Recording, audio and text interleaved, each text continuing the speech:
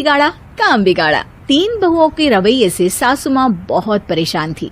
दरअसल बात ये थी कि तीनों बहुओं में किसी बात को लेकर अनबन हो गई थी।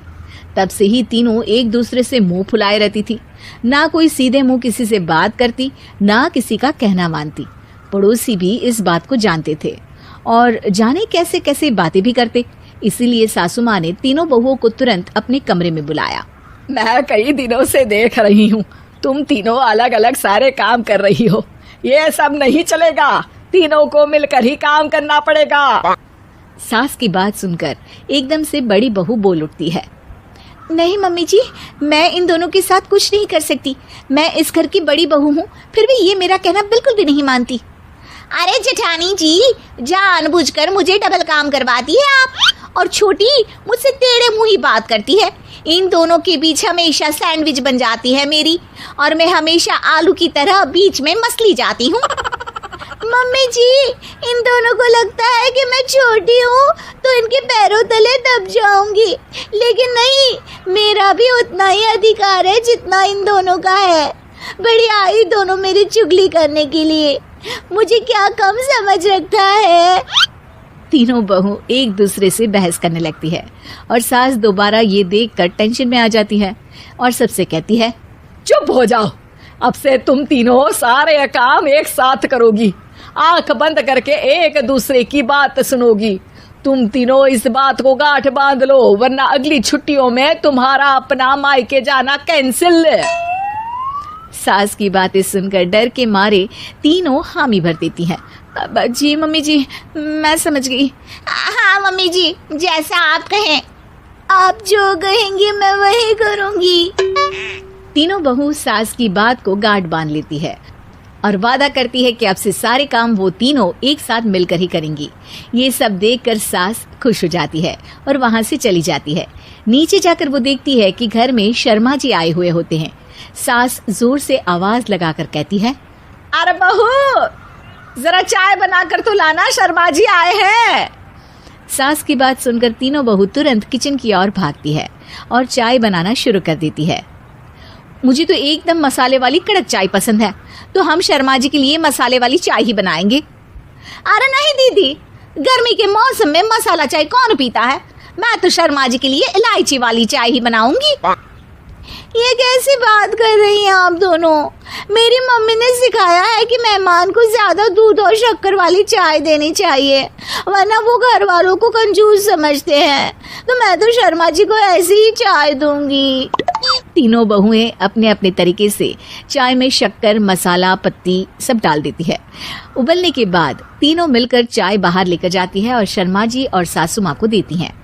चाय पीने के बाद शर्मा जी सासू माँ को देखकर शर्मा जाते हैं और शर्मिंदा महसूस करते हैं कि आखिर उन्होंने चाय पीने के लिए हामी क्यों भरी। सासू माँ भी चाय पीना शुरू करती है और कहती हैं, अरे बहू, ये कैसी चाय बनाई है?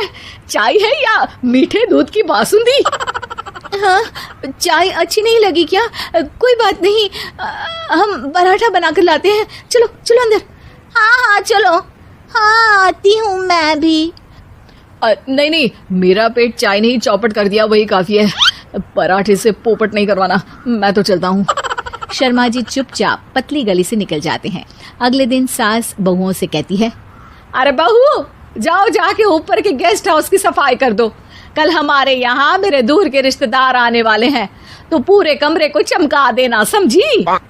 तीनों बहू सास की बात को मानकर ऊपर सफाई करने चली जाती हैं और तीनों कमरे की सफाई चालू कर देती है। बड़ी बहू मकड़ी के जाले साफ करती है, तो बीच वाली झाड़ू लगाना और छोटी वाली सर्फ डालकर जमीन धोना शुरू कर देती है। अरे दीदी, जेठानी जी, अभी मैंने पूरी फर्श धोई और आप फिर से धूल नीचे गिरा रही हैं। और मछली जेठानी जी, आप भी ना झाड़ू की धूल यहाँ छटक रही हैं।